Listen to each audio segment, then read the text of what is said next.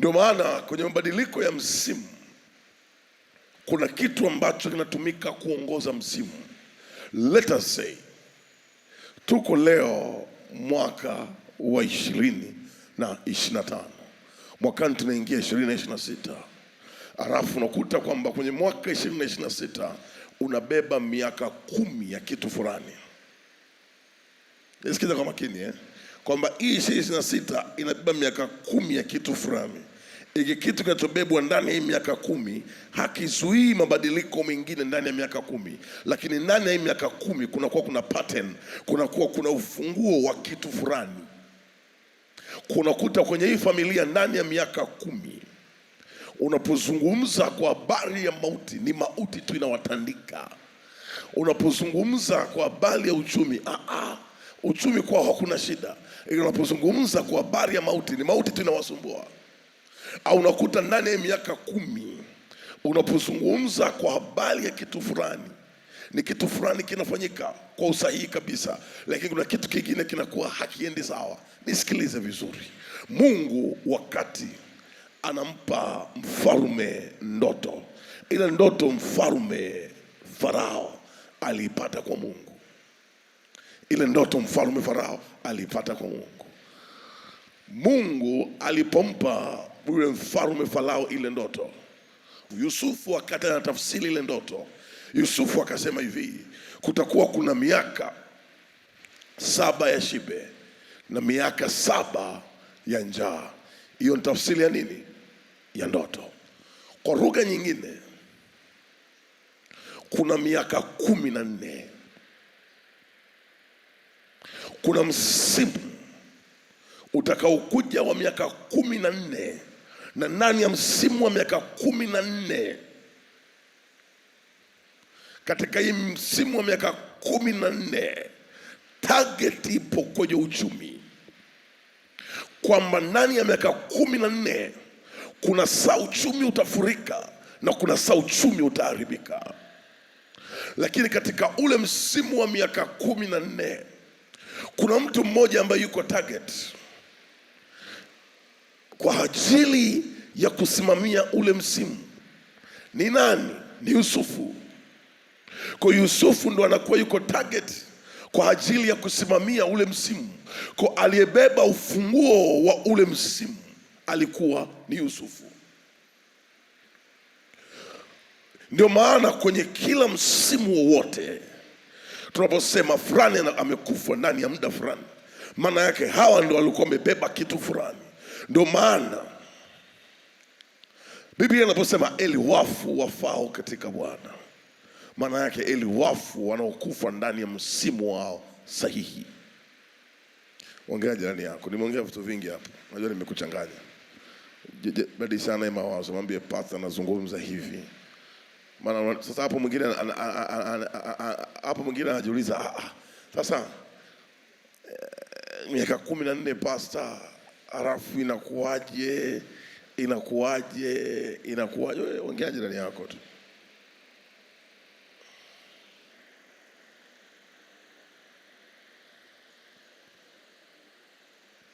Bwana Yesu asifiwe. Okay. Si kwenye mpira wanasemaga man of the match. Wakati usikia ukauri. Tazungumza jirani yako katika mabadiliko ya vitu mbalimbali kwenye maisha yako. Nani alikuwaga mhusika mkuu, man of the match kwenye hiyo misimu? Sawa, tunazungumzia msimu.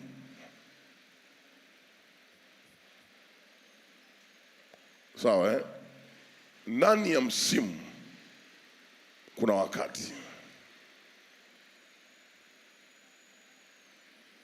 Sawa, na huu wakati ndio unatumika kufanya maamuzi.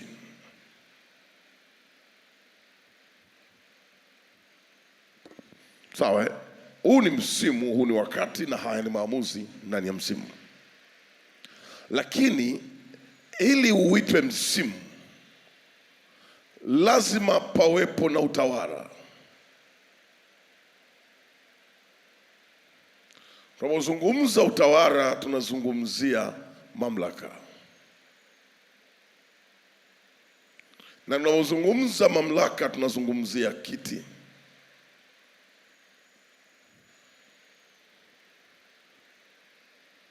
Na tunapozungumzia kiti lazima tuzungumze juu ya uwajibikaji.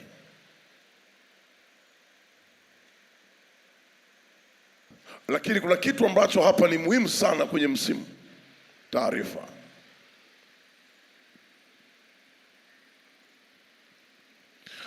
Kwamba kwenye huu msimu ambao kuna maamuzi ambayo lazima yafanyike na kupitia wakati.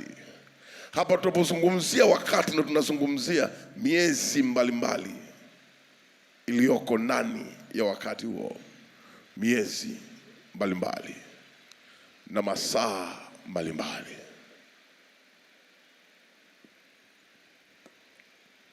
Tunapozungumzia msimu hapa tunazungumzia matukio yanayofanyika, events, matukio. Sasa huyu hapa ambako kuna utawala, kuna mamlaka, kuna kiti na kuna uwajibikaji kwenye hiki kiti. Ili aweze kutawala kwenye msimu, lazima pawepo na taarifa kwa ajili ya huo msimu. Kwa lugha nyingine, lazima pawepo na mafaili yanayotumika kuratibu shughuli mbalimbali katika huo msimu.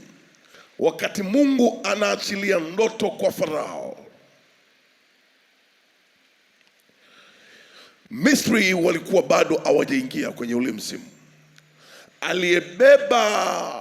Kilichobeba maamuzi ya ule msimu ni wakati na maamuzi.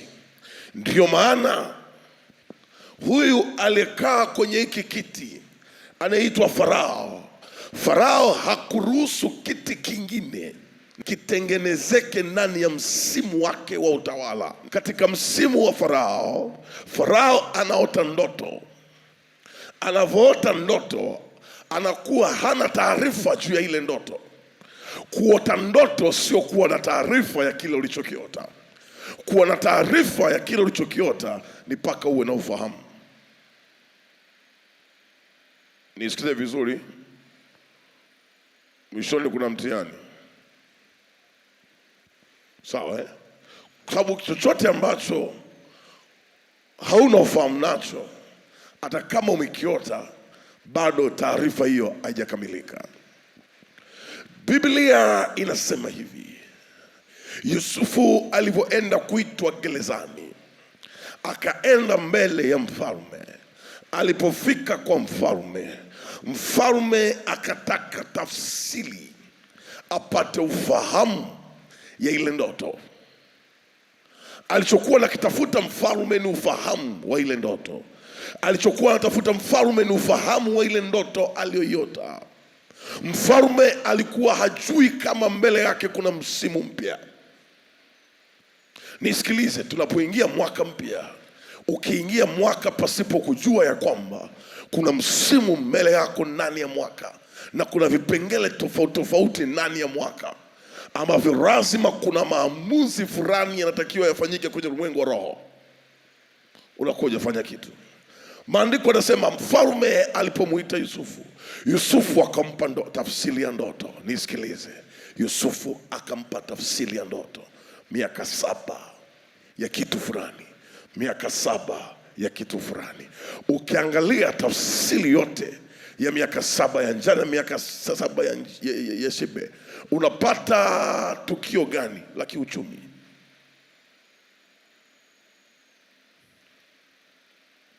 Unapata tukio gani, watumishi wa Mungu, la kiuchumi?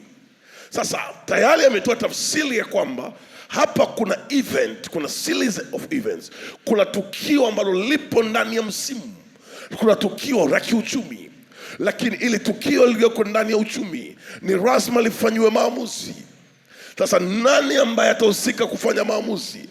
Farao alichokifanya, Farao alifanya nini? Farao alitengeneza nafasi. Farao alitengeneza kiti. Farao alitengeneza nafasi ya waziri mkuu, lakini Farao akutoa kiti cha waziri mkuu. Mwambie jirani yako,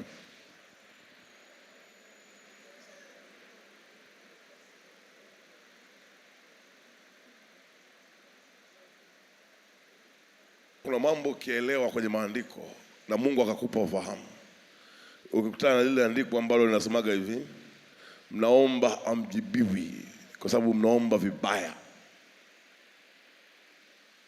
hauwezi tukakabidhi mwaka kama vile unakabidhi kitimoto kwenye tumbo lako unavyokula. Hata kitimoto kinaingia kwa mpangilio kwenye tumbo lako, hauwezi ukaswalo tu. Bwana Yesu asifiwe.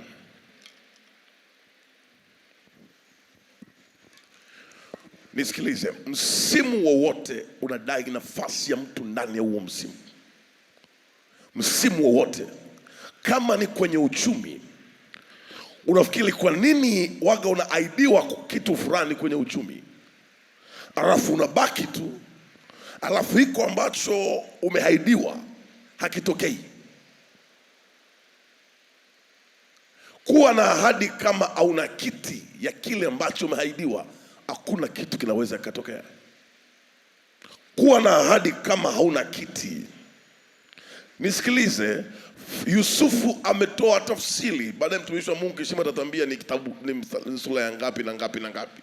Sawa, Yusufu wakati anatoa tafsiri, maana yake ni kuna taarifa alikuwa anaiwasilisha, na Farao alipoona ile taarifa inawasilishwa, Farao aliona kabisa katika ulimwengu wa roho ya kwamba nchi haijawahi kupita msimu wa namna hiyo.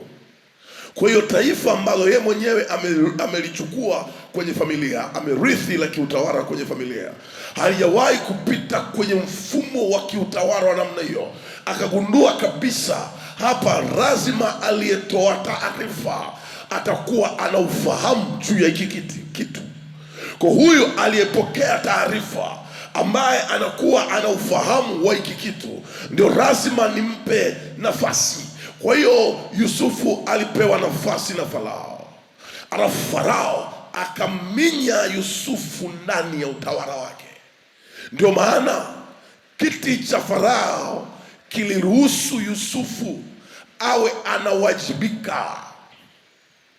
Yusufu hakuwa anawajibika kwenye kiti chake cha utawala, alikuwa anawajibika kwenye kiti cha Farao. Ndio maana Farao alipotoa pete akampa Yusufu, haikuwa tafsiri ya kwamba amemheshimu Yusufu. Hapana, alikuwa anamfunga Yusufu ndani ya msimu ambao yeye Farao hana majibu ya huo msimu. Kwa lugha nyingine, nchi iliongozwa na ufahamu wa Yusufu, lakini Yusufu aliongoza nchi akiwa kwenye utumwa. Hujanielewa?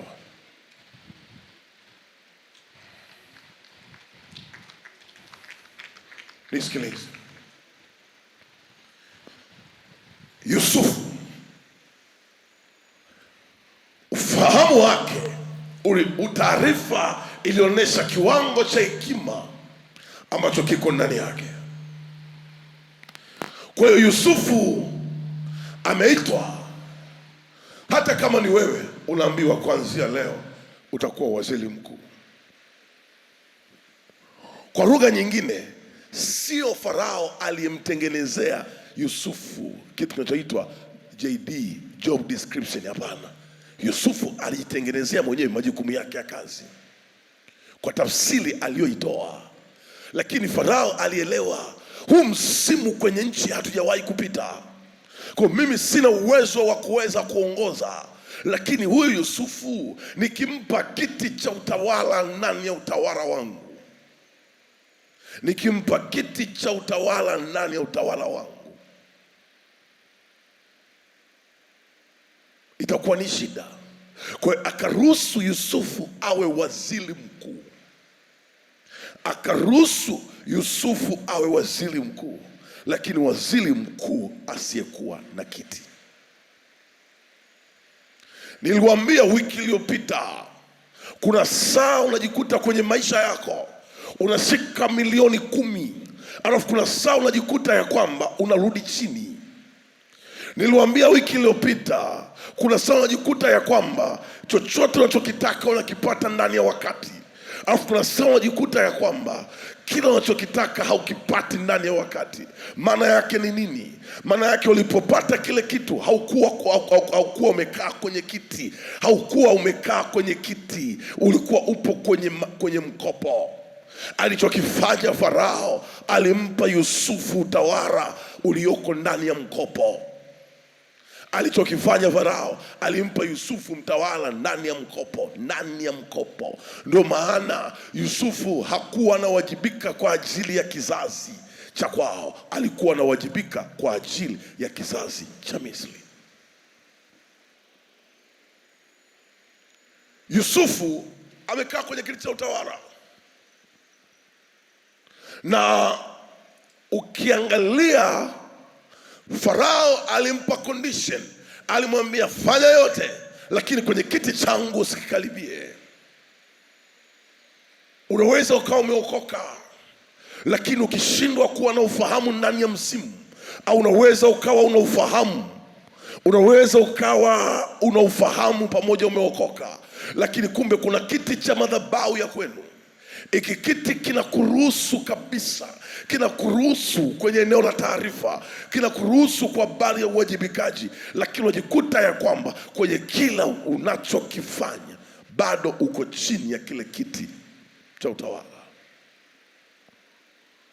It was 20 na ngapi Mungu wangu? 15 na 14 nilikuwa Morogoro. Sio anaitwa Kora. Kuna kitu nakakifundisha. Baada ya ibada mchungaji akanifuata, akaniambia, mtumishi wa Mungu, kanisa zima hili nina msharika wangu mmoja, waga ananigusa moyo wangu sana, lakini maisha yake haendi, lakini ana moyo mzuri sana. Bwana Yesu asifiwe. Ukiweza kumpa nafasi ya upendeleo, umuone tu, hata kesho mapema tu tutakufuata hotelini, uje kanisani umuone tu. Nikamwambia sawa. Yule mama akaja. She is very bright, ana akili za kutosha, na ofisini alipo is a machine, yani ni mashine ya ufanyaji kazi. And she loves God. Bwana Yesu asifiwe. Lakini amna kinachoenda kwenye maisha yake.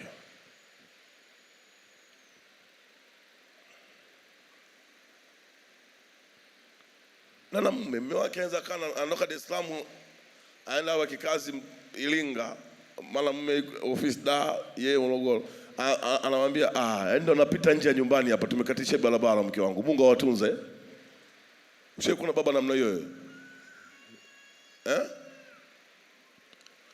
Kwa hiyo nilipomsikiliza mistari mitatu tu nikajua shida iko wapi. Nikamwambia simama. Alisema kaniambia, mtumishi,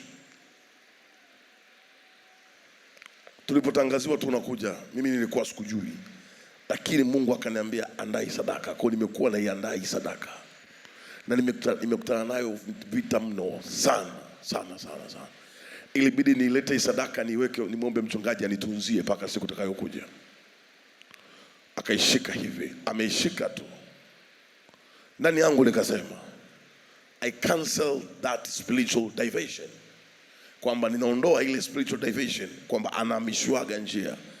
Miungu ya kwao imeweka kiti kwenye kichuguu. Miungu ya kwao imeweka kiti kwenye kichuguu. Yeye siku zote anaonaga anatoaga sadaka, lakini kumbe katika ulimwengu wa roho ile sadaka iendi kwenye kiti cha Mungu.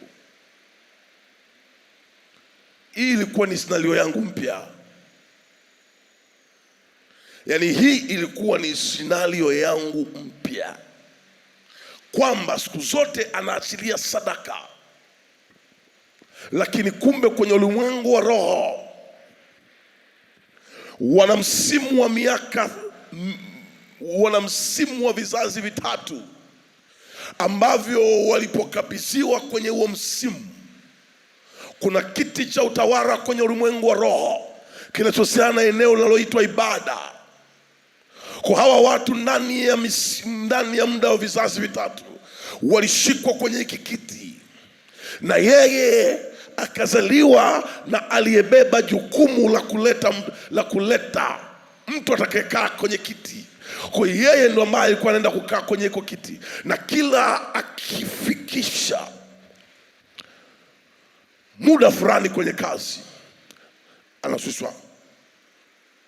Sasa kwa level alofikia, alikuwa akiondolewa kazini aenda kupewa majukumu ya chini kabisa. Cheo hawezi akashushwa, mshahara hawezi kushushwa, ila anarudishwa wapi? Chini. Wakasema tumemnyima kukaa kwenye kiti, tumemruhusu apande madaraja. Maanake kwenye eneo la nafasi tumemruhusu apande madaraja, ila kukaa kwenye kiti hatutaki. Msimu wowote kwenye maisha yako unaamua ukae wapi. Mimi ni mchungaji, wingi wa nguvu za Mungu kuziona kwenye maisha yangu ya utumishi inategemea niko kwenye nafasi peke yake au niko kwenye nafasi na nimekaa kwenye kiti.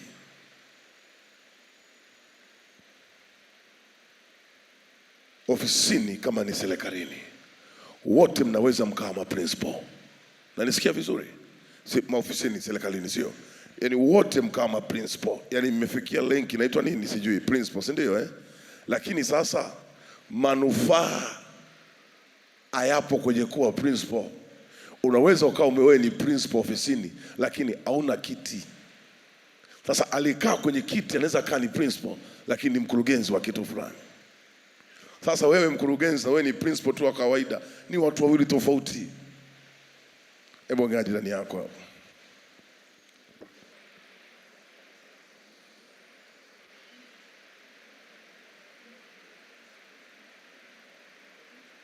Ukiwa sio mvivu wa kiroho, utaenjoy sana kitu ninachokufundisha.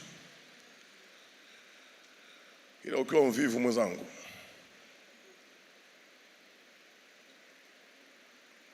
na mambo haya kiroho, Mungu akikuruhusu usikie jambo alafu kaweka uvivu wako ule, utachapika kupita kawaida. Sure, kwa sababu ufahamu wote ukishakuja kwako unakuja kutengeneza vita ya kile ambacho hakiko sawa. Sasa nimekwambia hivi, kuna mtu anaitwa Deiwaka dereva. Uzuri wapo tushapanda sana daladala hapa. Sawa, kuna mtu anaitwa nani? Deiwaka. Alafu kuna dereva aliyekabidhiwa sio nafasi ya udereva peke yake, amekabidhiwa na kiti cha usimamizi kwenye lile gari, ambaye mwenye gari akitaka hesabu achukui hesabu kwa Deiwaka, anachukua hesabu kwa aliyekabidhiwa. Na nataka nikuulize leo, kwenye maisha yako, kwenye kila msimu, we ni Deiwaka au waga unakabidhiwa?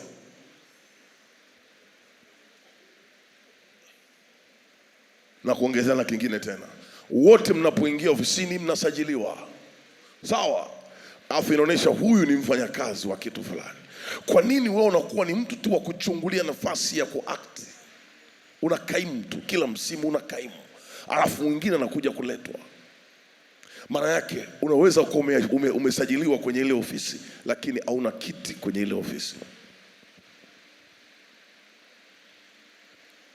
Unaweza ukapewa watoto lakini hao watoto ulionao wakawa hawana kiti kwenye fedha, hawana kiti kwenye ndoa, hawana kiti mahali popote.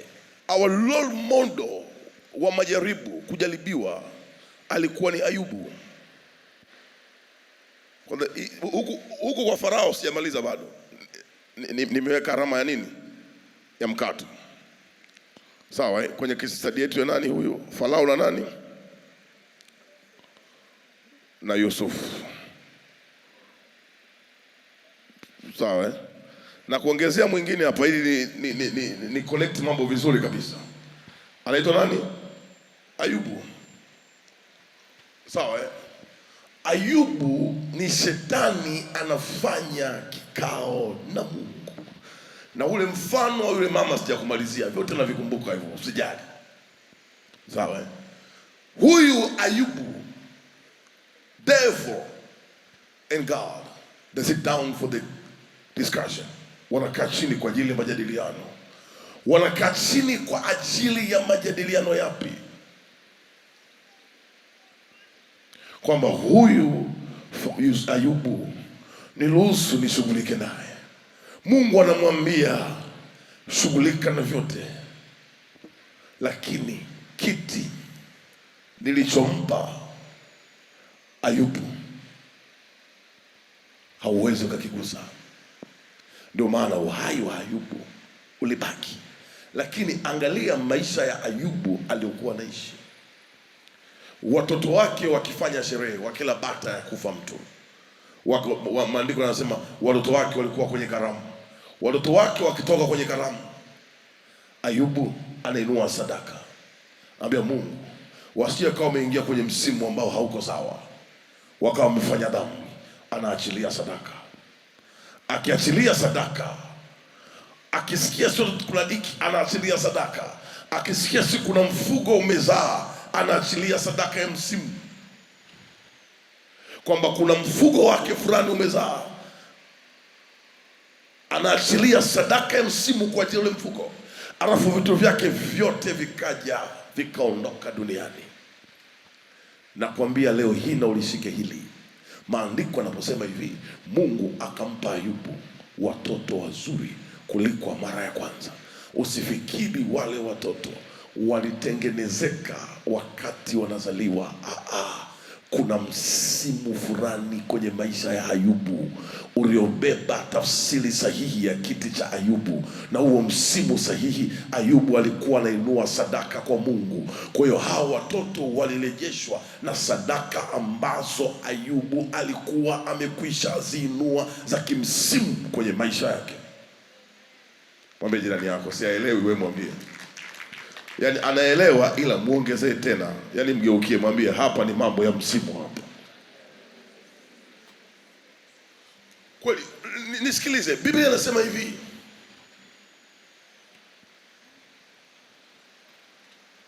kwa nafikiri wakati yule rafiki yangu anaitwa Eluhi,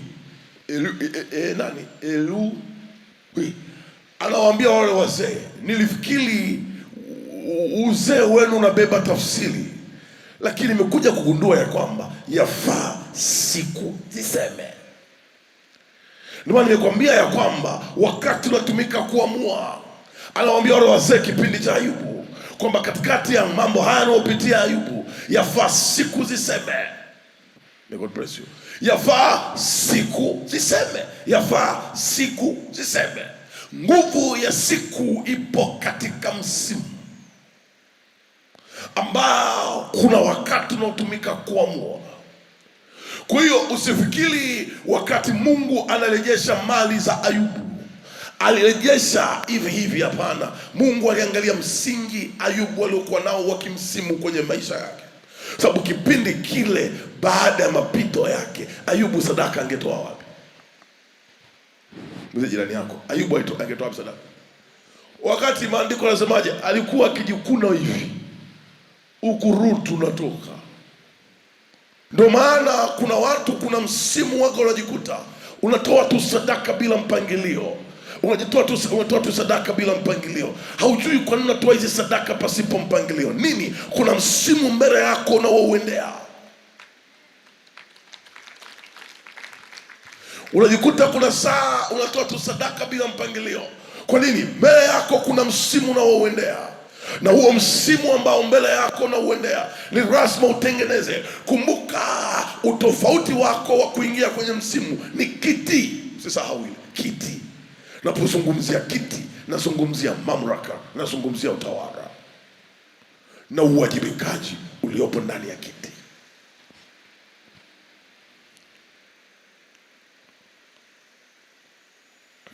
Watu wengi wanapenda title.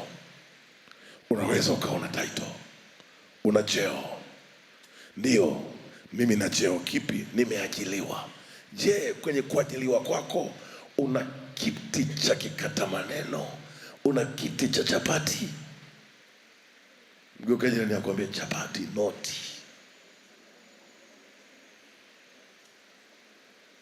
Ayubu 32 mstari wa 6 na 7. Basi Eluhi mwana wa Barakeli mbuzi akajibu na kusema, mimi ni kijana na nyinyi ni wazee sana, kwa hiyo ninajizuia nisisubutu kumwonyesha nionavyo. Nilisema, yafaa siku ziseme, na wingi wa miaka unifundishe hekima. Yafaa siku ziseme. Sawa, maana yake siku zimebeba wakati na maamuzi yako ndani ya wakati. Alafu anasema miaka imfundishe nini? Maana yake miaka ibebe taarifa za kimsimu.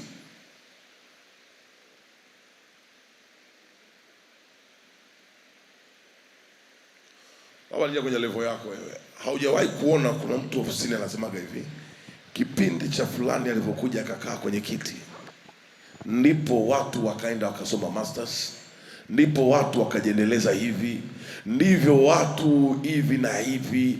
Alafu unashangaa labda ameenda Bagamoyo, unajikuta kwamba unaambiwa hapa watu wengi walionunua hapa ni wafanyakazi wa sehemu fulani, walikuwa wanaletana.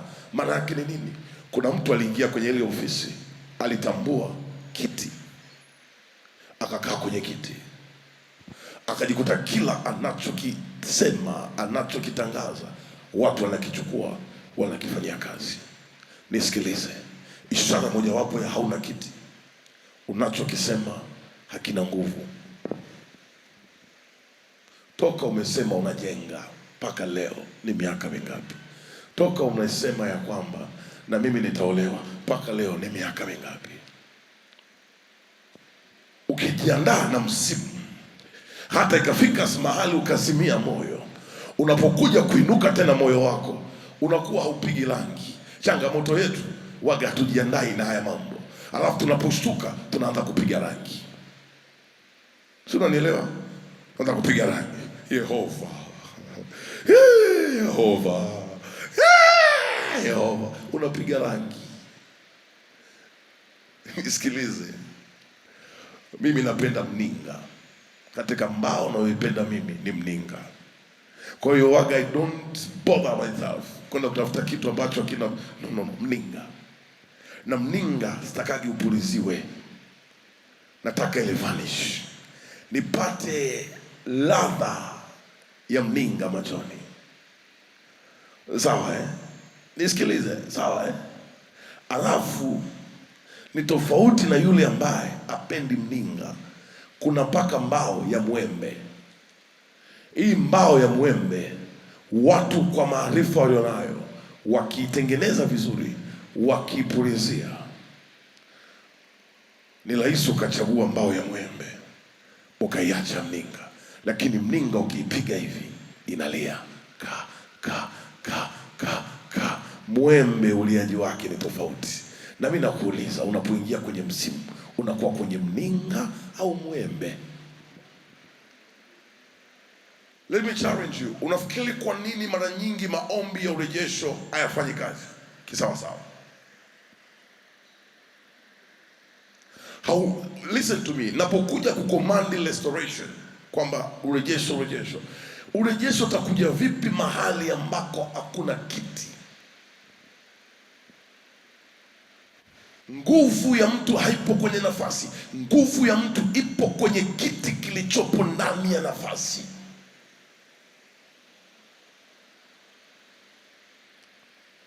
Bwana Yesu asifiwe. Unafikiri wakati Ayubu anapigika, kitu gani kilitunza uhai wa Ayubu? Ilifika mahali mtu wake anamwambia sumkufuru Mungu ili ufe. Ayubu nafasi ilimzuia. No, kiti kilimzuia, sio nafasi.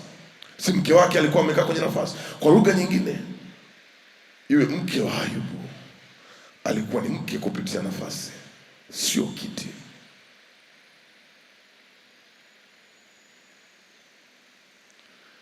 Mimi siamini kabisa Mungu akupandishe kwenye level fulani ghafla ushuke alafu usaurike hapo hapo. Utashuka kwa ajili ya kujaribiwa kwako.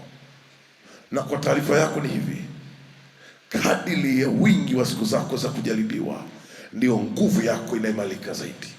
Ukiona mtu anapita kwenye majaribu alafu nguvu yake inaondoka, akuwa na kiti.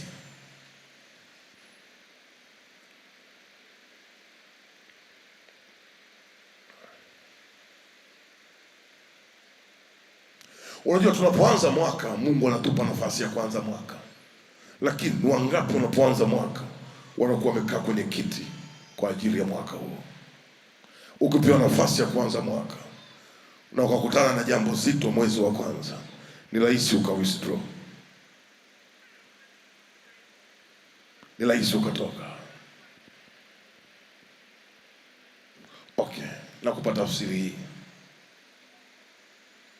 ukienda benki kuna sehemu mbili, kuna premier launch, wanaingia wachache, wanapaka sofa, alafu wengine wanaita private banking, si ndio? Alafu kuna kule kwa wote. Kuna wapi? Wapi? Kule hata aina ya kiti cha kukalia ni tofauti. Tuanzie hapo. Hata aina nini? Ni kweli wewe ni mteja, lakini kiwango hauna, yani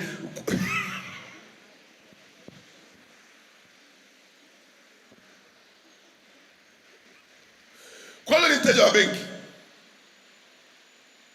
lakini kuna msimu unafika unakuwa una kiti. Yani inafika mahali relationship manager anakuuliza, bosi, hauna deposit yoyote tukufuate ofisini kwako? Sio utoi miguu yako upeleke wapi?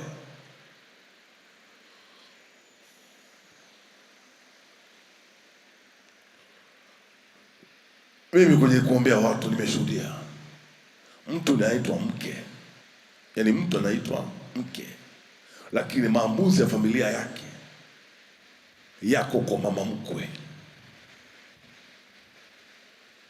Yani mume wake anaweza akatoka asijue mume wake amevaa shati gani, lakini mama mtu asubuhi tu na mtoto wake, mwangaluka, wamsha kinewa, kaya, mwanangu, mama hivi, mama leo anajisikia kula kitu fulani. Lakini wewe ni mke, uko wapi? Ni kweli una nafasi, umeitwa mke na mahali umetolewa, lakini hauna kiti. Tunapozungumzia ni sana kumpeleka mtoto shuleni. Unaweza kumpeleka mtoto shuleni lakini akawa yuko kwenye nafasi ya kuitwa mwanafunzi, lakini ana kiti, hana kiti cha kuwa mwanafunzi. Usifikiri ufahamu wake na uelewa wake utakuwa sawa sawa na wengine. Mtu anaweza akapata GPA ya kwanza, lakini katika ulimwengu wa roho huyu toka anaanza shule hakuwa na kiti. Usitegemee GPA ya kwanza ndio itamsababisha apate kazi nzuri. Hapana. Maandiko yananiambia ya kwamba Farao na Yusufu, huyu Farao akampa Yusufu pete. Yusufu hakutambulika kwenye msimu wa kiutawala katika nchi ya Misri. Yusufu alitambulika kwenye kiti cha Farao na sio kwenye kiti cha nchi. Hujanielewa bado? Kila mfalme alikuwa ana kipindi chake cha utawala. Kila mfalme alikuwa na msimu wake wa kiutawala. Kwa lugha nyingine, huyu Farao alitawala kwa muda mrefu. Yusufu hakuwa na kiti cha utawala, ila alikuwa na nafasi ya utawala katika kipindi cha Farao.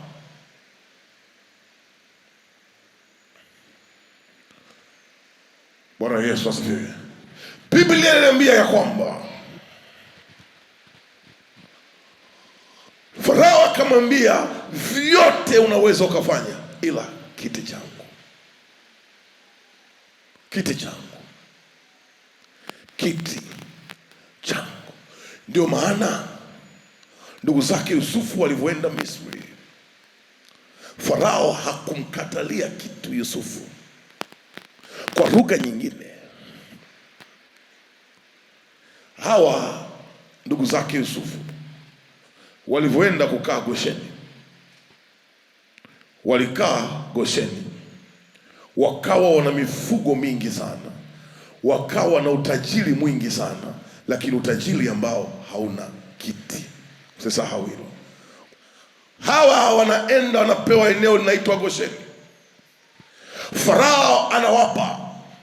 Kumbuka, Farao amepata tafsiri ya msimu wake kwamba nchi ya Misri maamuzi yote ya uchumi yapo kwenye kiti chake cha utawala, kipindi chake yeye tu. Hivi unajua hata kwenye familia zetu kuna kipindi fulani, kuna mtu fulani alikaa kwenye kiti fulani cha familia tu, yeye ndo akatengeneza standard fulani. Kwa unajikuta kila mtu kwenye familia akisoma anasema nataka kuwa kama fulani.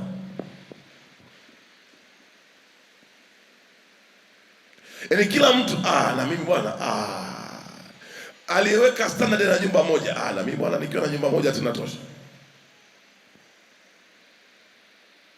Kwa hiyo maandiko yanasema huyu Farao akamwambia Yusufu kuna eneo linaitwa Gosheni. Kwa hiyo wakaenda kukaa, hawa wana wa Israel wakaenda kukaa eneo linaloitwa Gosheni. Hakuna mahali ambako waga mnapatumia sana kwenye maombi ya msimu mpya kama hii habari ya Yusufu. Ni very sensitive. Ukisoma kwa haraka haraka unaweza kuona Yusufu alikuwa ni shujaa. Ni kweli Yusufu alikuwa ni shujaa, ila kuna kanuni za kimsimu hakuzifuata. Unaweza kuwa ni shujaa wa familia nzima, lakini kuna kanuni za kimsimu hujazifuata. Bwana Yesu asifiwe. Wanaenda kukaa Gosheni, lakini wanaenda kuimarisha uchumi wa nchi ya Misri.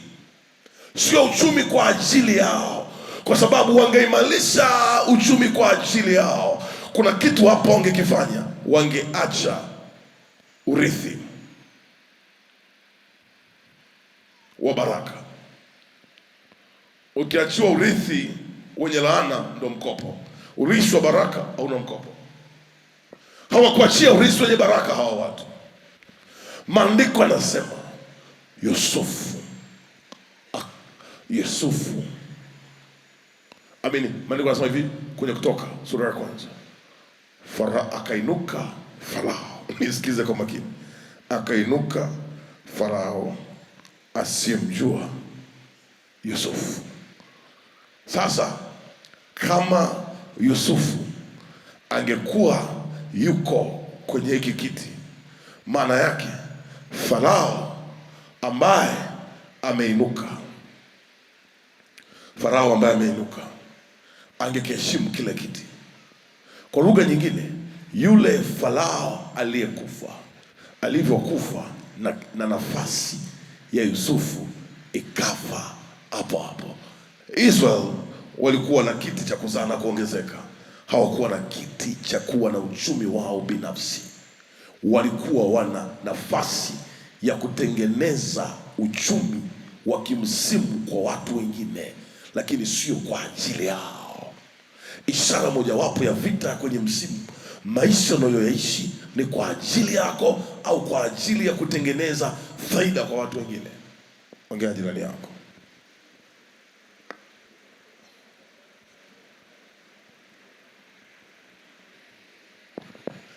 Ukisoma Kutoka sura ya kwanza, kuna maswali mengi sana ya kimsimu pale. Kutoka sura ya kwanza kuna maswali mengi sana ya kimsimu. Okay, ngoja nirudie tena kwa namna hii.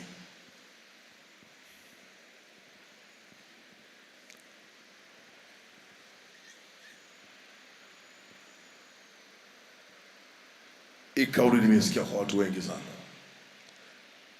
Yamkini hata wewe pia ni kauli ambako waga unako,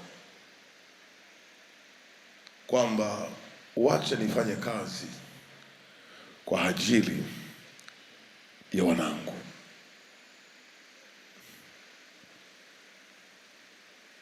Unafikiri wakati Yusufu anakufa, uchumi ambao Israeli walikuwa nao ulikuwa kiwango gani? Ulikuwa ni kiwango kikubwa sana. lakini ni uchumi ambao hawana kiti, wako kwenye nafasi, hawana kiti. Kuna tofauti ya kumwachia mtu urithi wa kishamba na kuna tofauti ya kumwachia mtu shamba na ukamwachia kiti cha umiliki wa shamba. Ukimwachia shamba pasipo kiti, kuna siku atauza hilo shamba kwa hela ambayo utafufuka.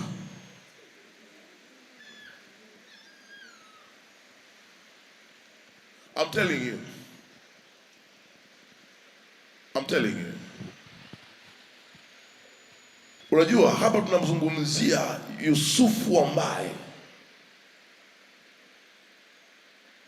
alienda mahali akavunja taratibu za nchi.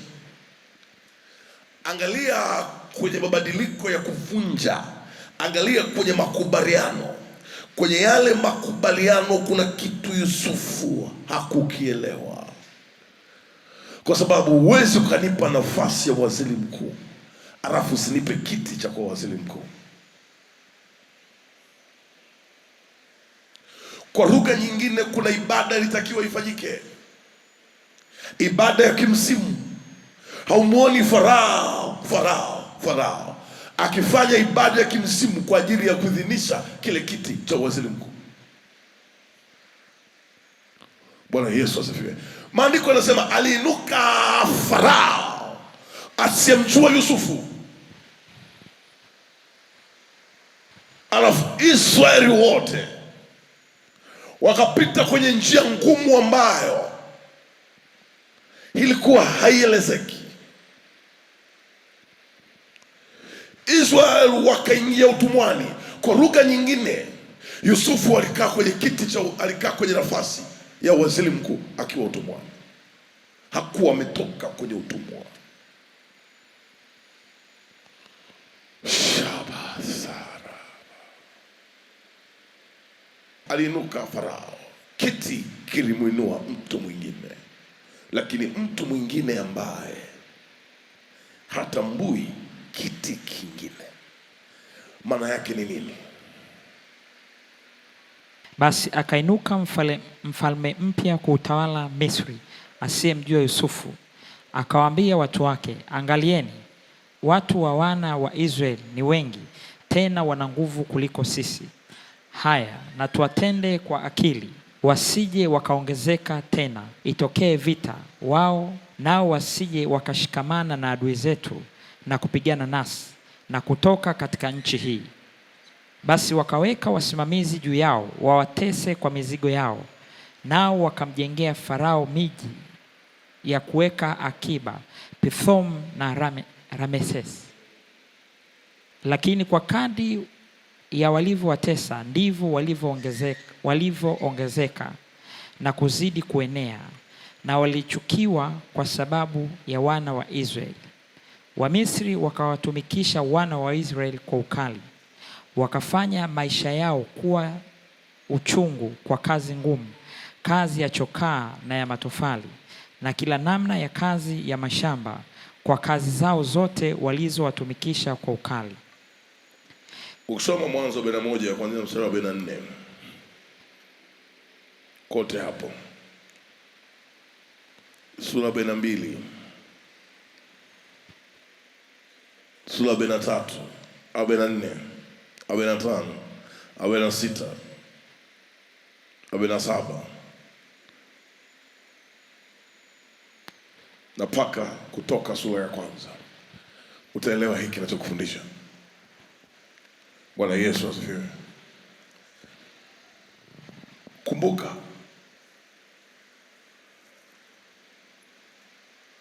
Farao anakubali kwamba hiki ulichokisema ni chema sana, mimi nakupa nafasi ya utekelezaji, lakini kiti sikupi.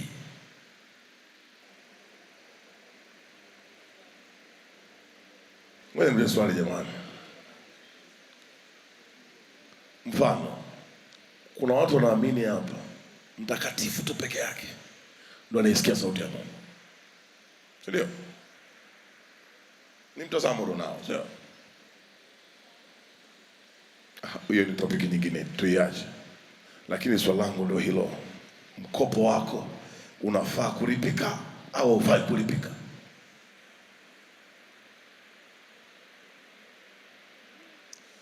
Unajua, kwenye maisha yangu ya uchungaji nimeona watu wenye vipawa na nimeona watu ambao wana uwezo,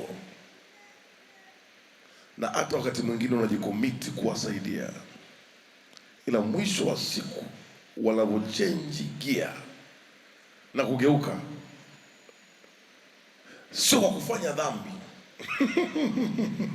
sawa, yani sio kwa kufanya nini dhambi, ila tu kuna gear wanaichange somewhere, alafu unajikuta ya kwamba hiyo gear wanaibadilisha kupitia tukio fulani linalotokea kwenye maisha yao. Ndio maana kuna watu kadiri wanavyojiona wao ni wakubwa kwenye jambo fulani, ndio wanazidi kuanguka pasipo kujua ya kwamba wanaanguka.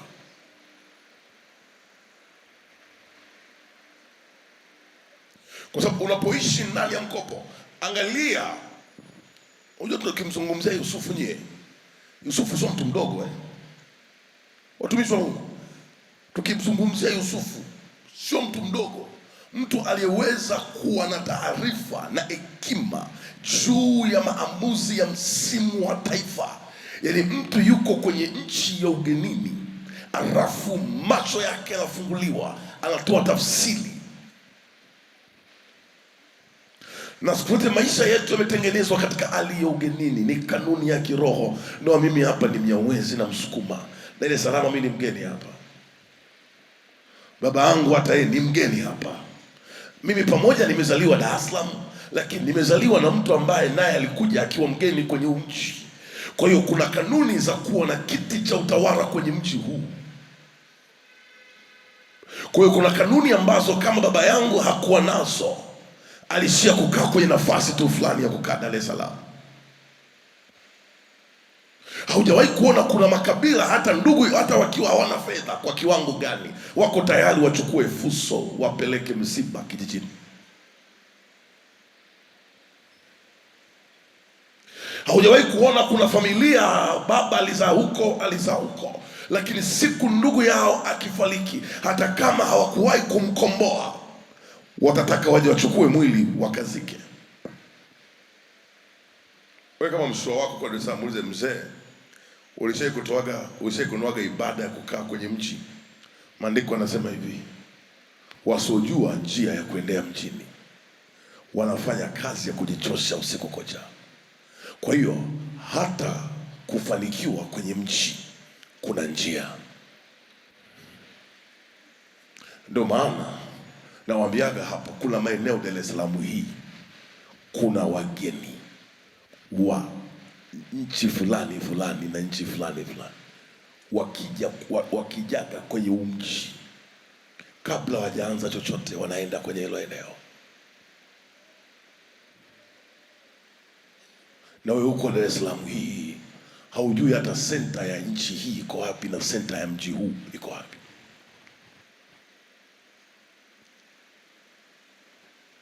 Kwa lugha nyingine nikuuliza hivi, maamuzi yako ya kimsimu unafikiri yanaenda kwa kile unachokitaka wewe? Nisikilize, chochote unachokifahamu akina nguvu mpaka pawepo na roho fulani ndani ya iko kitu.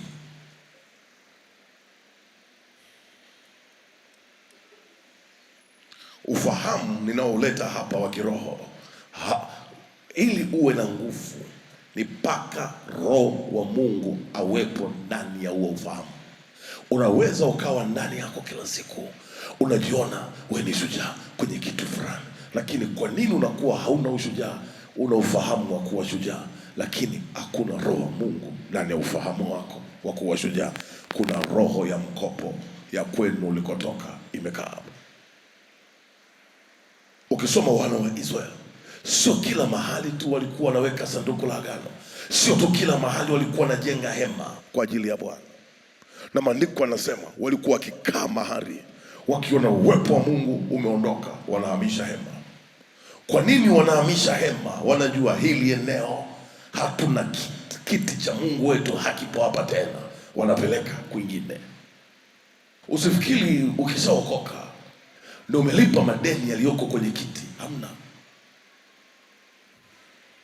Ndio hapo waga nikifika nikiwaangalia waliopewa jukumu la kifamilia au la kiukoo, na waoniaga huruma sana, kwa sababu si kitu chepesi. Unaweza ukafikiri huko hapa Mungu tu anataka tujiombee mwenyewe kwa ajili ya 2026. Unaweza kujifikiri huko hapa Mungu tu anataka ujitamkie 2026 uchumi wangu uongezeke. Kama nakumbuka wiki iliyopita tukiwa katikati ya maombi tukaanza kuombea maarifa. Tukiwa katikati ya maombi, wangapi wanakumbuka? Tukaanza kuombea maarifa. Usifikiri ni maarifa tunayaomba tu kwa ajili yako peke yako.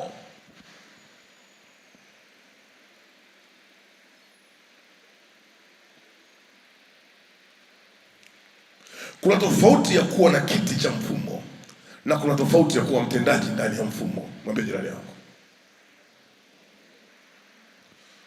Leo asubuhi nilikuwa airport nikiwa narudi huko. Kwa tuko pale airport. Nilikuwa naye. Nacheka sana, mbona ndege haitui? Wana tofauti ya mambo. Mimi nasema mbona ndege haitui? Akachukua simu yake, akaingia, akaniambia, man of God, sasa hivi hii ndege tunaisubiria imefika hapa. Baada dakika fulani exactly hii ndege itakuwa imeland. Huyu mtu afanye kazi ya Tanzania, ni raia kama mimi, ila kiti chake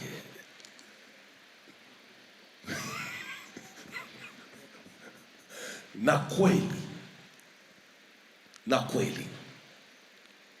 yaani tumekaa pale tunaangalia, yaani kaingia kwa simu yake mpaka ule muda ndege nashuka hivi shwa.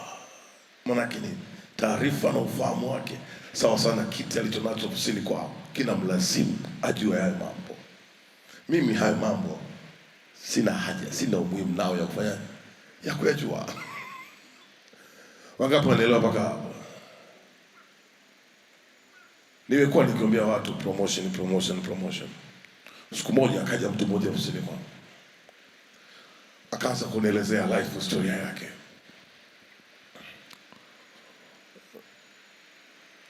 Afikiri baada ya sekunde mbili, hivi mchungaji, unanisikiza kwa umakini? Na mimi nikamuuliza, unataka umakini upi? Nikutolee macho? Unaona, wakati mimi namsikiliza spirit yangu inahangaika. Nikanyanyuka kwenye kiti changu, nikamwambia kaa kwenye kiti changu. Kitendo cha kumwambia kaa, nguvu za giza zilizolipuka hapo. Akasema, kwa nini leo unampa kiti ndani ya nafasi? Na alivyokuja pale sasa, alivyonipa CV yake, you know I've been in Australia for 10 years. Mungu wangu sasa ya mambo. Nikadhani na mimi ningekuwa sijui kizungu hicho ingekuaje sasa. Praise the Lord. Angalia huyu mtu ana ufahamu mkubwa sana, ila nafasi anayo, hana kiti.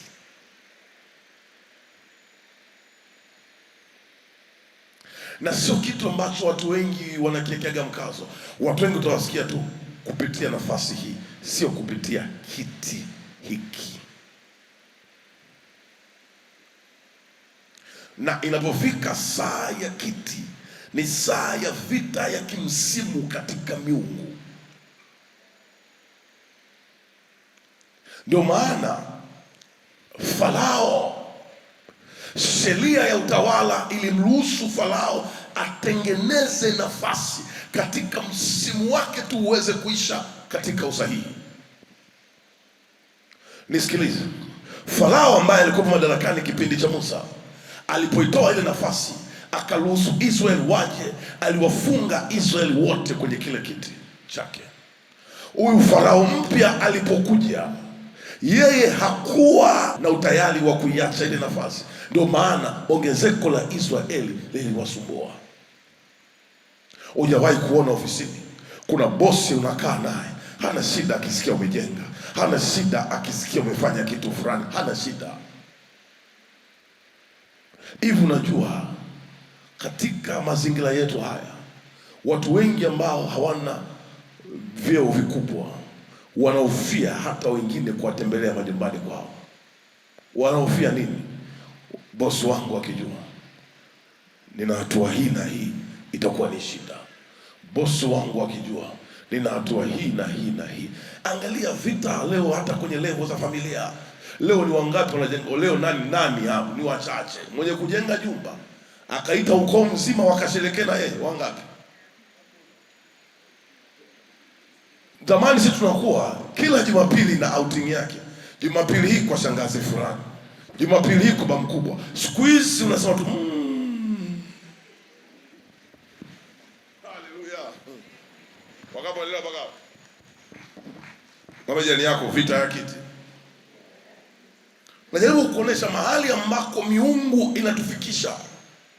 Kama zamani ilikuwa ni rahisi, na nikwambia kwa taarifa yako, hakuna kitu kinachofunga watu kwenye umoja na upendo kama chakula, na hakuna kitu kinachoharibu watu kama chakula. Ndio maana nawaambiaga huko ndani, matajiri wengi, unafikiri kwa nini zamani kulikuwa kuna club?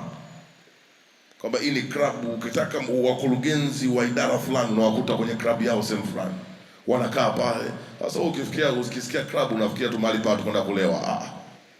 Kuna club na kuna membership. Haleluya, haleluya, haleluya. Ndio utakuta matajiri wengi wa baadhi ya nchi fulani. Nilikuwa nimeenda nchi moja, wakaniambia John, wewe subiria tu. Hawa jamaa kila Jumamosi usiku, yaani huu mtaa wote gari zinafunga, yaani kila wiki wanachagua ni kwa nani wote wanaenda, watakaa kwenye mkeka, wote wanakula pamoja pale, ndio wana discuss mipango yao pale, ndio wana discuss njia zao. Chakula kinawafunga kwenye kiti cha umoja. Bwana Yesu asifiwe. Nisikilize, huyu Farao aliyekuja mwingine aliona ongezeko la wana wa Israeli litakuwa ni shida kwake. Kwa huyu alikuwa yuko kwenye kiti, lakini amefanikiwa kuona kiti cha wale watu. Farao aliyekufa alikaa kwenye kiti, akafanikiwa kuona nguvu ya kiti kilichopo ndani ya mfumo aliobeba Yusufu. Kwa hiyo hakumpa Yusufu kiti, alimpa Yusufu nafasi. Na siku zote mtu hupewa nafasi ili akae kwenye kiti. Na nilikwambia kitu, watumishi wa Mungu, nafasi ila kusukuma ufike tu mahali, ila kiti kinakupa sio ufike tu mahali. Kiti kinakupa inuko, kinakupa ukuaji. Nafasi inaweza ikakupa tu ukuaji peke yake. Tofautisha ukuaji na kuinuka. Alafu mgeukie jirani yako, mwambie wewe shoga yangu au shosti yangu, au wewe nilekana, wewe mjomba wangu, sina ni yangu. Sasa kama ndio umekaa na mume wako wote mmepigwa shot kwenye ulimwengu, au unamwambia mwenzangu tumepigiwa wapi sasa?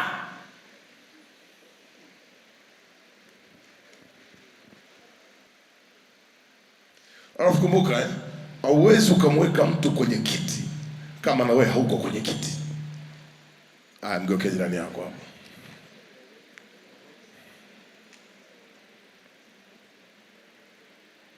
Mimi mara ya kwanza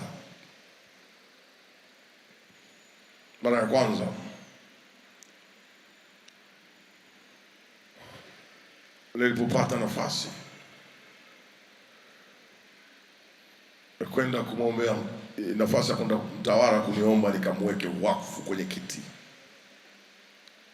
sikumjibu na kuja kesho, moyo wangu ulipata shida sana, kwa sababu ninaombeaga watu wawe mameneja, wawe wakurugenzi, lakini kile cheo sijawahi. Sasa lazima niulize serikali ya mbinguni, nimefikia level hiyo? Kwa sababu unapoenda kumweka mtu kwenye kiti, unapoenda kumweka wakfu mtu kwenye kiti, na ukiwa hujafikia level hiyo kwenye ulimwengu wa roho wa kumweka mtu kwenye kiti, Inawezekana level yako ni kuweka watu kwenye nafasi.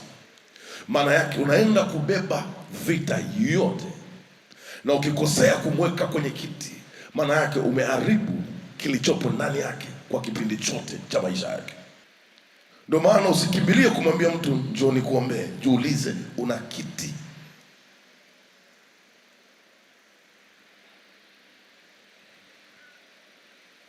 Unajua, unaweza ukamsaidia mtu mtaji wa biashara ndio akaenda akafa kabisa kibiashara.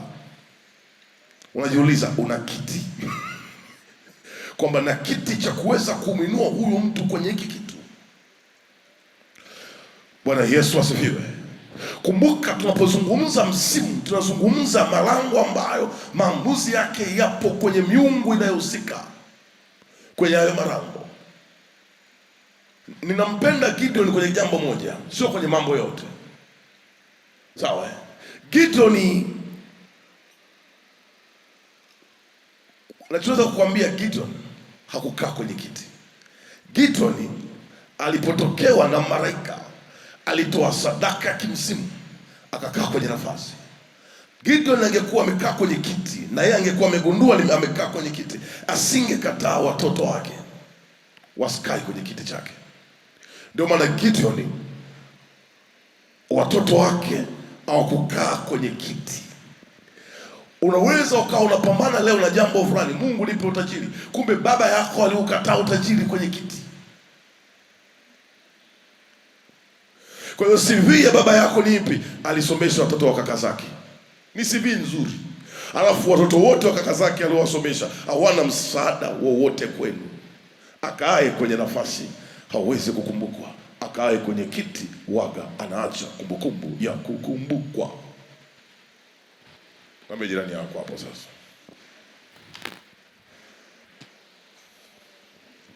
Mtumishi soma. Waamuzi 6:18. Tafadhali usiondoke hapa hata nikujie nikatoe zawadi yangu naiweka mbele zako. Akasema, nitangoja hata utakaporudi. Basi Gideoni akaingia ndani, akaandaa mwanambuzi na mikate isiyotiwa chachu na ya efa ya unga. Akaitia ile nyama katika kikapu, akautia mchuzi katika vyungu, akamletea hapo nje chini ya mwaloni akampa. Naye malaika wa Mungu akamwambia, itwae nyama na mikate isiyotiwa chachu, uiweke juu ya mwamba huu, ukaumwage huu mchuzi. Akafanya hivyo. Ndipo malaika wa Bwana akanyoosha ncha ile fimbo iliyokuwa mkononi mwake, akaigusa ile nyama na ile mikate. Moto ukatoka mwambani, ukaiteketeza ile nyama na mikate. Malaika wa Bwana akaondoka mbele ya macho yake. Huyo ni Gideon, mtumishi wa Mungu. Alitoa sadaka ya kuingia kwenye msimu. Bwana Yesu asifiwe. Akapata nafasi. Nisikilize, alipata, narudia tena, Gideon alipata nafasi ya kupambana na roho ya umaskini, lakini Gideon hakukaa kwenye kiti cha kupambana na ile kitu. Ndio maana dakika za mwisho Gideon akarudi kule kule kwenye miungu. Miungu ya kwenu haina shida na nafasi. Miungu ya kwenu ina shida na vita ya kimaslahi ya kwenye kiti. Ugeuke jirani yako, mwambie haya mambo.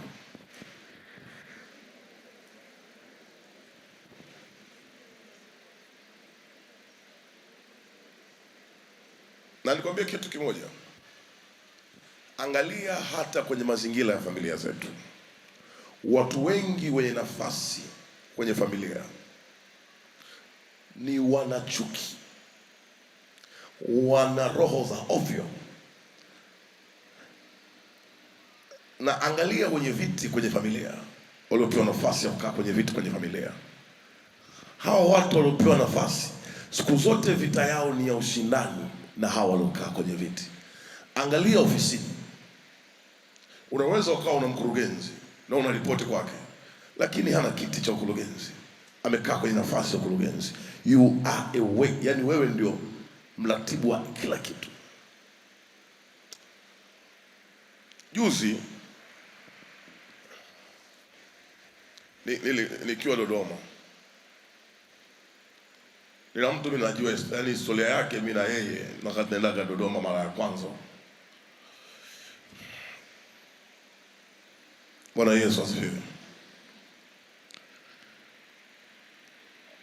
Nilikuwa kwenye ibada mzee Dodoma, nilipomfuata nilimpiga na mguu wangu tu kwenye miguu yake, and then nguvu za giza zikalipuka sana.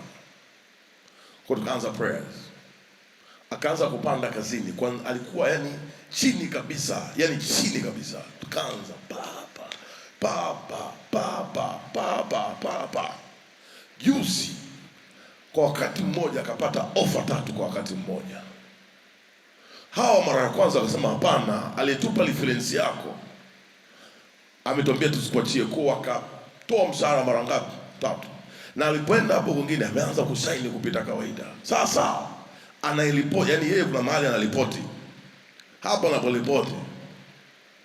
anapolipoti jamaa akasema huyu ananizibia, akamwambia naomba unikopeshe hela fulani, akampa. Alipompa yeye, yule mtu alikuwa na kazi nayo toka hapo, ni anaumwa kupita kawaida.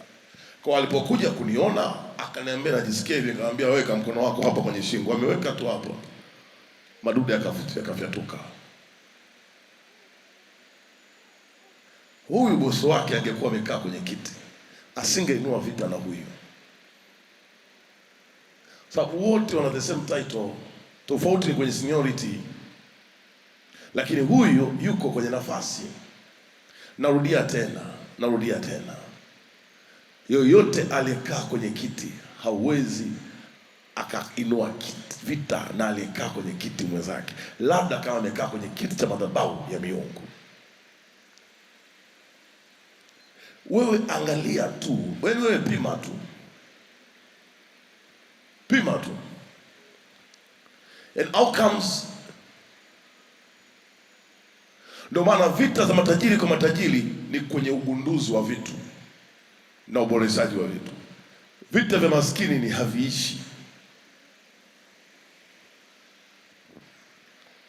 Nawapaga mfano yule jamaa, nafikiri sasa sudiaga hata hapa, yule ambaye alikuja hapa ghafla mambo yake kabadilika, akapata bajaji ghafla nyumbani, anaendesha bajaji, anarudi mchana anampelekea mke wake nyama. Kadiri mboga zinabadilika nyumbani, na wao kiwango cha mateso kinaongezeka. Yani kadiri ya,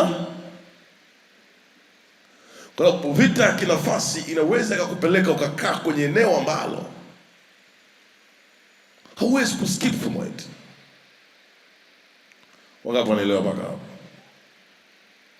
Maswali.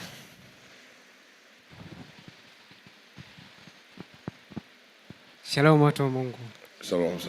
Ni changamoto nayo, au kama ni swali au ni msaada mkubwa, hicho kiti kinaombewaje? Kwa sababu ninachokiona ni kwamba kiti ndio changamoto. Sawa. Tunapozungumzia kiti, lazima tuangalie asili nasema nini.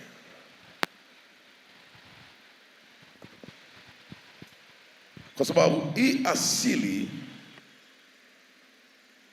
ndio inakuwa imebeba neno kwa ajili ya wahusika wa kwenye hilo eneo. Labda nikupe mfano huu ambao siku zote kwenye maandiko unaonesha foundation ya ugomvi wa kiti ukoje.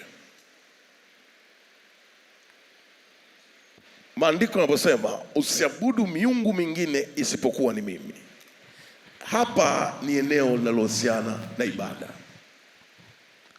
Maandiko yananiambia hivi, Mungu alikuwa anatawala kwa wana wa Israeli. Kwa hiyo kwa wana wa Israeli hapakuwepo na ishu ya nafasi ya kiutawala, walikuwa wanatawala pamoja na Mungu. Na hii ndio kanuni ambayo Mungu alitupa, ndio maana alitufanya sisi kwa mfano wake ili tuweze kutawala pamoja naye. Kwa lugha nyingine, Mungu alituketisha pembeni mwa kiti chake. Leo mimi mtoto wangu ninaposema huyu ni mwanangu, maana yake huyu mwanangu anakuwa nikimketisha pembeni yangu, maana yake ana resemble, anafanania mimi. Sawa? Maandiko yanasema hivi, Israel wakaanza kulia wakitaka mfalme. Walipoanza kulia wakitaka mfalme, Mungu akahakikisha anatafuta kabila ambalo alina kiti. Kwa alipopata lile kabila la Benjamin, akawaingiza kwenye ule mfumo. Kwa kuwa lile kabila halikuwa na kiti, likaishia kule kule mpaka muda wa Sauli anaondoka madarakani. Hakuwa na kiti cha utawala, alikuwa na nafasi ya kiti cha utawala. Lakini maandiko, alikuwa na nafasi ya utawala, hakuwa na kiti. Maandiko yanasemaje? Mungu akamwinua Daudi. Daudi anatokea wapi? Daudi anatokea mahali ambako asili yake inaruhusu kiti. Sasa baada ya Yesu kuja duniani, nini kilitokea?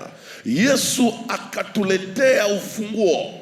Kitendo cha Yesu kwenda kuzimu, alienda kutuchukulia kiti. Kwa hiyo kinarejea vipi hiki kiti? Kinarejea kwa toba. Kwamba Mungu liye hai, nimegundua misimu mbalimbali kwenye maisha yangu ni misimu ambayo ninakaa kwenye nafasi. Ndio maana vitu leo kinakaa kwa mkopo, kesho kinaondoka. Nakumbuka anayechukua kitu kwa mkopo, marejesho yake ni makubwa sana. Bwana Yesu asifiwe. Kwa tunapoinua ibada ya rehema kwa ajili ya msimu tunaoendea, maana yake tunatengeneza njia mbele ya uso wa Mungu kwa ajili ya urejesho. Na nikuongezee kingine, unaweza ukawa upo kwenye mkopo alafu hisani ikakusaidia. Na siku zote ukiishi kwa hisani hauna maamuzi yoyote. Maamuzi yapo kwa aliyekupa hisani. Ni msamiati mwingine. Kwa hiyo kuna toba tutaifanya kwa ajili ya kuturejesha. Bwana Yesu asifiwe. Na siku zote struggle ipo kwenye kukaa kwenye kiti. Ukishakaa kwenye kiti, vitu waga vinatofautiana sana. Ndio maana wewe haujawahi kuona kuna saa unapita kwenye njia ngumu sana, alafu mwisho wa siku unatoka, alafu mwingine anakuambia mimi nilipita njia kama ya kwako, nilishindwa. Anayekaa kwenye nafasi akipita kwenye hiyo njia hawezi akatoka. Mwe jirani yako, wewe una kiti, una nafasi, mgeukie.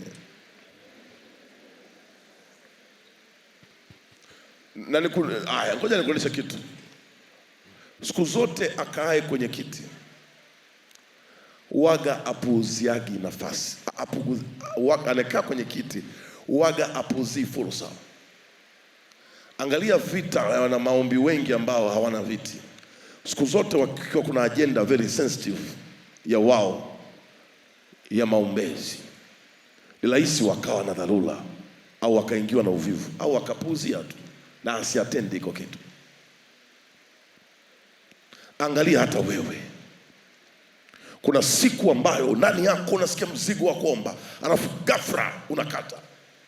Alafu unasema nilikuwa nasikia kama mzigo wa kuomba, ghafla kamekata, labda baadaye nitapata.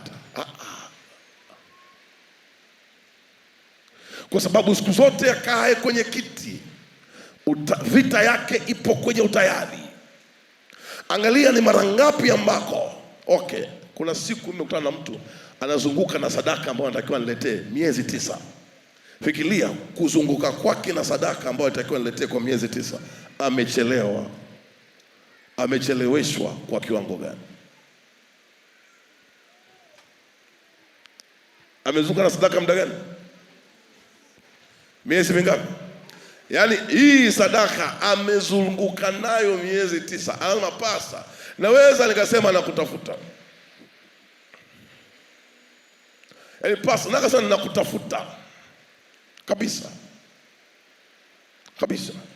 Na nikaja nayo kanisani, nikasahau kwenye gari. Alafu nikienda kwenye gari napata uvivu. Nasema pasta mwenyewe akianza ibada na moyo wa kichungaji anataka, yani kila mtu anataka msikilize. Nitamtafuta kwa muda wangu.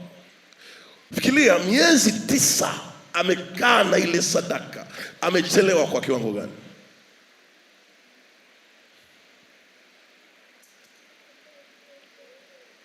Bwana Yesu asifiwe. Bwana Yesu asifiwe.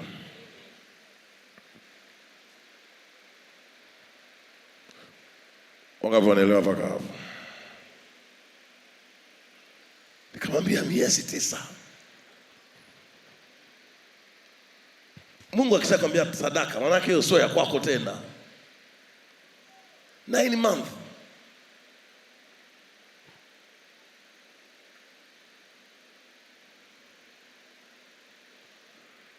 Miezi 9. Si mama hajifungua mtoto hapo? Mtu ambeba mimba mpaka anajifungua. Miezi mingapi? 9. Miezi 9. Anazunguka tu. Akani pastor, sielewi kwa nini nazunguka nayo. Yaani hapa ulipo niambie uko wapi na kuja. Nikabaki tu miezi 9. Bwana Yesu asifiwe. Kumbuka na kuonesha vita ya nafasi inavyomzuia, vita ya kiti, kwa sababu hata ukiangalia siku zote nafasi haitaki uwe mtii, kiti kinakutaka uwe mtii. Ukimwona mtu hana unyenyekevu, jua huyu bado yuko kwenye majaribu ya nafasi. Ndio maana Mungu anamkataa Sauli. Sauli sadaka alitoa. Yaani nikwambie leo, Sauli sadaka alifanyaje? Lakini hakufuata maelekezo.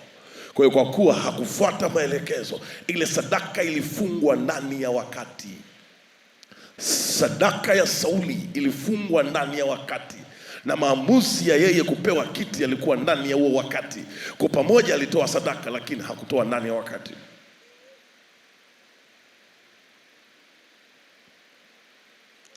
Maandiko anasema Mungu akamkataa kwa sababu ya utii, lakini Mungu kumkataa. Ndio maana kwenye haya mambo ya viti yako so sensitive. Ndio maana unaweza ukamjaji mtu aliyekaa kwa kiti, kwenye kiti, wewe ukamjaji tu labda kwa vitu fulani, lakini Mungu anavyoangalia kile kiti ni tofauti kabisa. Huyu Sauli anakataliwa kwa sababu ya hiyo. Kumbuka, vita ya miungu ni vita ya kimaslahi. Ndio maana huyu Sauli anakuja kuishia kwenye miungu, mwishoni aenda kuishia kwa mwanamke mpunga pepo ili apate Urimu na Timimu. Swali lingine la mwisho. Bwana Yesu asifiwe. Swali langu, je, ndani ya familia kunaweza kuwa na kiti zaidi ya kimoja? Tunaposema ndani ya familia panaweza pakawepo na kiti kimoja, kwa sababu hiki kiti kinaendana na urithi. Kwa kiti kinakuwepo kimoja, ila warithi tofauti tofauti. Kiti ni hiki, warithi ni.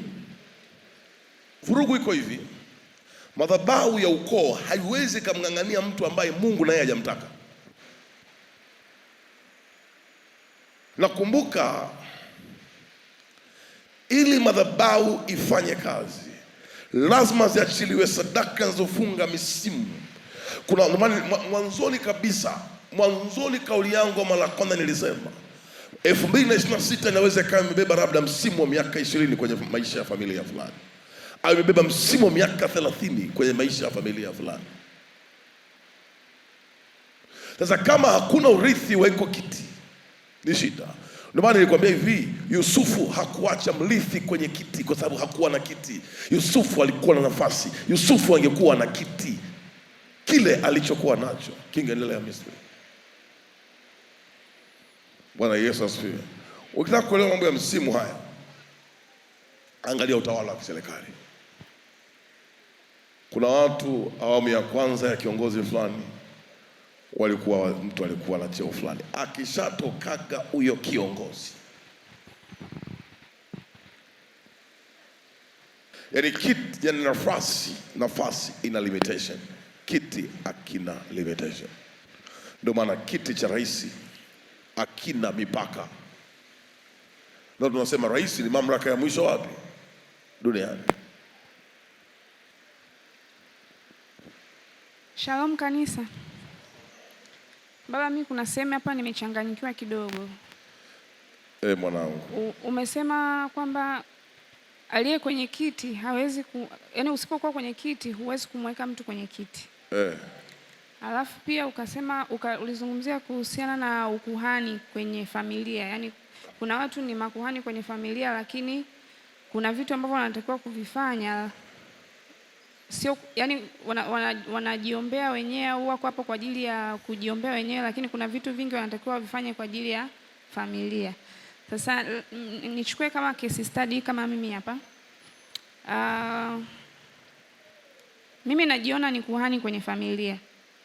Ninapokuwa ninajaribu kuwaleta watu kwa Mungu ama kubadilisha baadhi ya vitu vikae katika misingi ya Mungu, kwenye familia yangu inakuwa ni ngumu sana kuwaconvince watu kunielewa. Lakini nikiwaambia watu wengine, labda marafiki ambao sio karibu, ambao hawako karibu sana na mimi, au nimekutana tu na mtu hapa kanisani nikamwambia jambo fulani, wanalichukulia positively na wanafanya kama vile nilivyowaagiza. Sasa nilivyowaambia. Sasa ina maana mimi sina kiti ama no, ngoja nikufundishe kitu. So you see me, I'm a priest. Yes. Sawa eh? Ndio. Kwenye level ya familia I'm the priest. Nimeshift kule. Nimekuja kwenye level sasa. Hapa tumekaa tuna makabila mangapi? Karibia tuna makabila ya nchi nzima hapa. Sawa? Ndio. Na kwa clarify, ndio maana naenda kuhubiri paka nje ya nchi. Sawa eh? That the level. Sawa eh? Sasa huku nyumbani kwetu. Je, wanatambua kiti nilicho nacho? Na je, katika ulimwengu wa roho nimekwisha inua ibada kwa ajili ya mimi kukaa kwenye kiti kupitia nafasi ya ukuhani? Sababu kama sijainua ibada kwenye vipengele hivyo, ni rahisi huku nje nikasikilizwa, alafu ndani nikakataliwa. Ndio maana sasa fikiria tukishaomba hapa, nabeba vita za makabila mangapi? Sasa ukiwa una kiti na nafasi yako haijafungwa ndani ya kile kiti ndani ya familia, ni rahisi ukaombea kitu fulani kwenye familia na ukapata mashambulizi yakakupoteza kabisa. Sasa sio kwamba hawa hawakusikilizi. Sawa? Sasa na huku nje napo inategemea wanakusikiliza kupitia nafasi au wanakusikiliza kupitia kiti. Na unaposema wewe ni kuhani, je, ni kuhani ambaye upo kwenye kiti au ni kuhani ambaye uko kwenye nafasi? Sababu kitu cha kwanza waga tunakaa kwenye nafasi au tunakaa kwenye kiti. Sawa? Mungu hutupa nafasi, alafu tayari wetu wa kumuinulia ibada utuketisha kwenye kiti. Nimeeleweka? Kuna swali moja mtu online ameuliza, anasema baba, nina swali, naomba msaada. Nimeota nipo sehemu, meza yangu ipo, lakini kiti hakipo. Hapo ina maana gani baba? Huyo nafasi yake, yaani huyo hana nafasi, ana kiti, ana mwariko tu wa mezani. Mimi nakwambia kuna mambo Mungu akikusemesha kidogo tu, utaona umuhimu wa kumwinulia Mungu ibada kupita kawaida kwenye maisha yako yote. I'm telling you, things are tough. I'm telling you, yani tusifarijiane, things they are tough. Either wewe ni mtumishi au ni raia wa kawaida. Things are tough. Vitu ni vigumu kwa sababu vita ya kiti haijawahi kuwa nyepesi. Sasa fikiria, huyu Mungu, yani huyu anaonyeshwa kabisa kwamba mwariko. Si maandiko yanasema umeandaliwa meza mbele ya. Sasa heshima, tena juzi kuna kitu nilikaa nikamtumia mtu kijana wangu wa media anitengenezee kwamba usikae kwenye meza ambayo umuhimu wako haupo. Ndio kiposti leo. Nikamwambia mtengenezee statement. Nilikuwa nimekaa tu. Ikanijia hiyo kauli kwamba unaweza ukawa una meza umewekewa ila umuhimu wako haupo. Sababu umuhimu wake huyo ungekuwepo, kiti chake kingekuwepo. Hivi ngoja tusende mbali jamani. Si kwenye hizi familia zetu hizi za Kibantu hizi. Au unage nyumbani kuna mara wanasemaga kwamba kile ni kiti cha baba. Au hata kwenye meza ya chakula pale. Hata mimi pia nimejinotice nyumbani. Yaani kuanzia nje kwenye nje na kiti fulani hivi kwenye meza fulani ya nje. Nisipokaa kwenye hiko kiti, I'm not comfortable.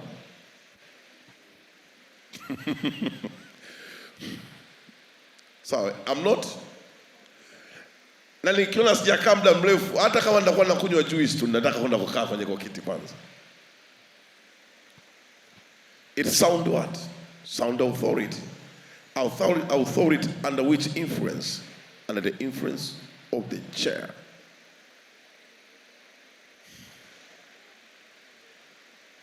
Kumbuka, ni rahisi ukakaimu nafasi ya mwenyekiti, lakini usio ukawa una full authorization.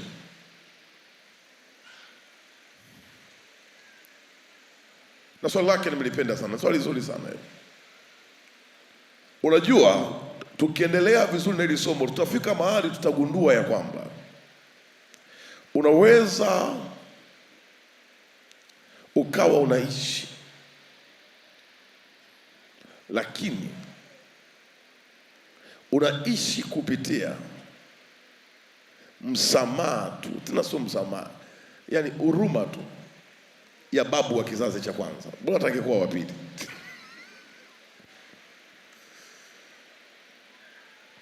Swali lingine. Baba, mimi swali langu ni kwamba kuna siku ulikuwa unafundisha kuhusu taarifa mwanzoni mwa msimu.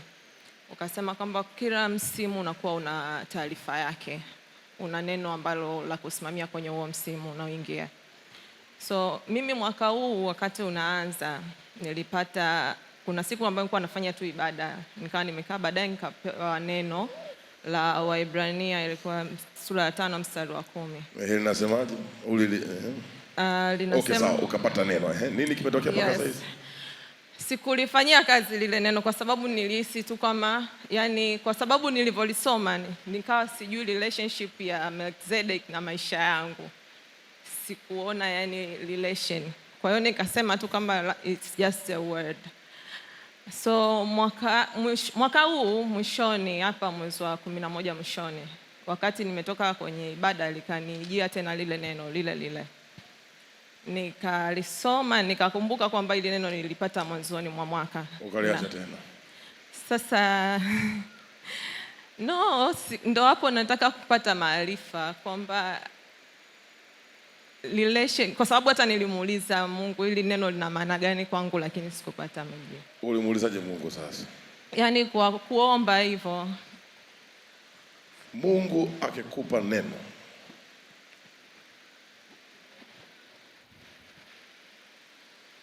kuna saa atakupa details na kuna saa akupi details.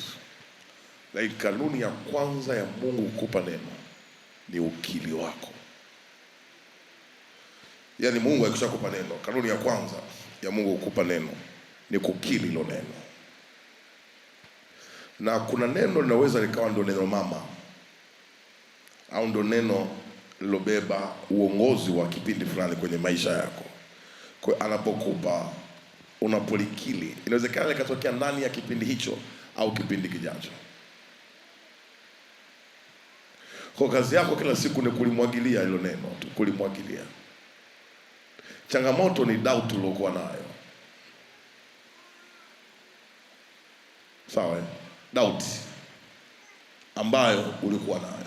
Sauli alipewa neno ya kwamba yeye ni mfalme, lakini mashaka aliyokuwa nayo yalifunga lile neno, halikutoka, halikutimia, akaishia kukaa kwenye nafasi ya ufalme. Kwa siku zote Mungu akikupa neno, as long as you believe it is God, cha kwanza kiri. Sasa hizo details ndio zifuate. Na wakati mwingine kuzaga detail ni kujichosha, kwa sababu kama hajapanga kukuambia, hakuambii. Sawa? Yaani Mungu kama hajapanga, unajua mimi Musa alinifundisha kitu cha ajabu sana. Musa anarespondi kwenye wito sura ya 4. mpaka anavusha wana wa Israeli. Anafika sura ya 17, 18 na 19, ndio Musa anaingia kwenye msimu wa kutambulishwa na Mungu kwa wana wa Israeli.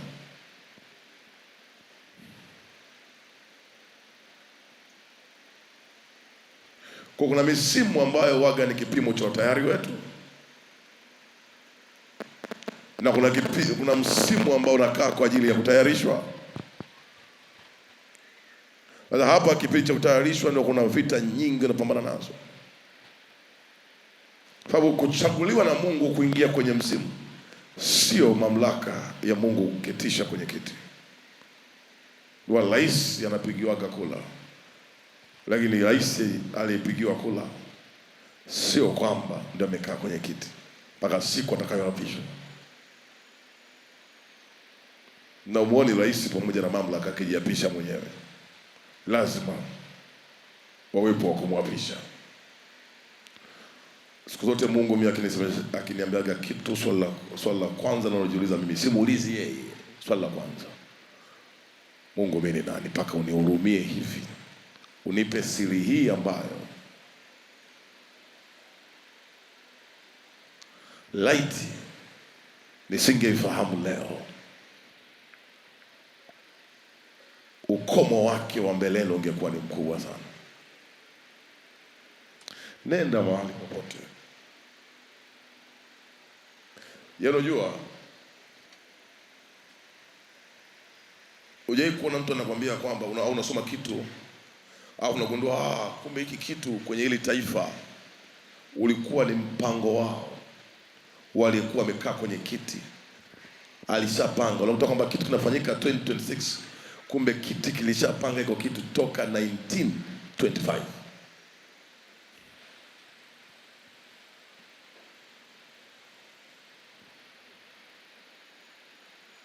Siku moja nilikuwa natafuta kitu fulani. Sasa katika hii kuhangaika nikakutanishwa na mtu ambaye alikuwa kwenye wizara hiyo kipindi cha marehemu Mzee Mkapa.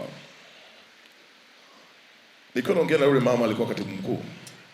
Akaniambia hii hoja iliinuka kipindi cha rais ameingia madarakani.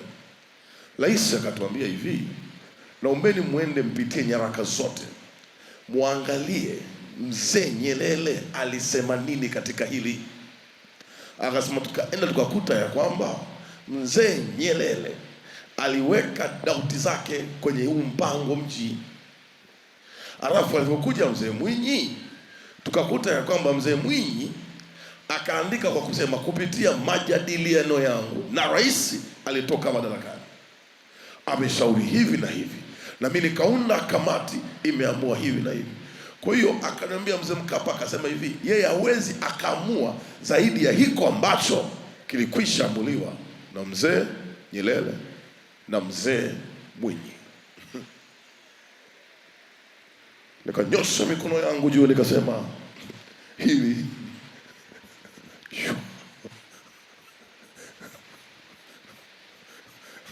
Bwana Yesu asifiwe.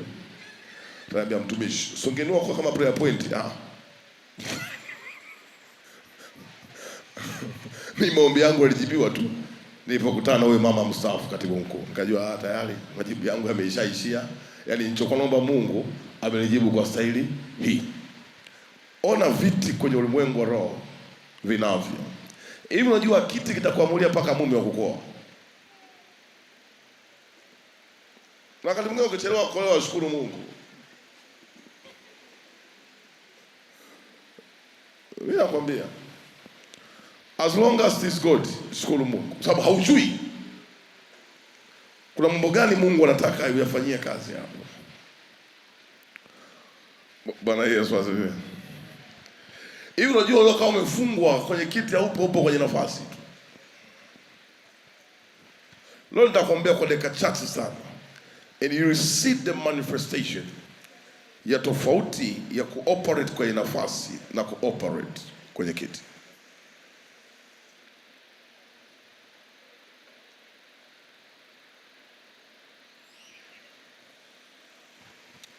Ngoja, wakati waziri wa ujenzi wa barabara anatoa maamuzi magumu ya kuvunja jengo la kiserikali la TANESCO, alisema nini? Alisema hii sheria sikujaipitisha mimi, na hii barabara ilikwisha tengenezwa kwenye mpango kazi miaka na miaka. Akasimamia yale maamuzi na hakuna aliyepinga. Watu wakainua thimpath, wakasema wananchi na iliishia wapi? Kuna saa nakwambia ukoo mzima wanaweza kukuonea huruma kwamba ndugu yao unateseka, lakini kuna saa nasema kiti, na mpaka nyewe mnasema yani sisi kwetu watoto wa mwisho kuzaliwa ni vichomi. Vichomi nini? Kiti. Bwana Yesu asifiwe. Bwana Yesu asifiwe. May God receive your offering today. May God receive your offering. Amen, amen. Mungu aipokee sadaka yako. Amina, amina.